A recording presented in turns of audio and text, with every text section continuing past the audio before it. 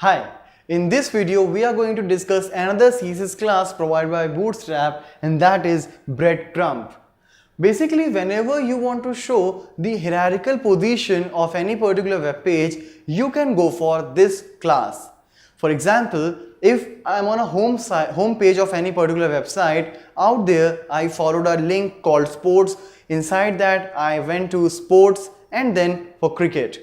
Alright. So basically whatever the path we followed shows the hierarchy of a page, like from home to sports, from sports to cricket. Alright. So when you will reach that particular page, it will show the particular path which you have followed, and if you want you can just click them back to go to the higher level in the same hierarchy. So let's see how to implement breadcrumb in your website. So for implementing the breadcrumb, I will use first of all the list, maybe the ordered or unordered list. Here I have used the ordered list in this example, and I have implemented a class breadcrumb. As soon as I will do that, inside that whenever I will put any list item, it will be shown in an hierarchical manner. Like for example, from home you have navigated to page sports, and from sports you came for cricket.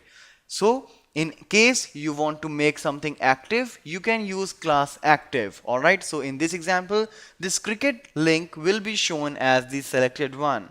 So let's execute and see how this output is looking like.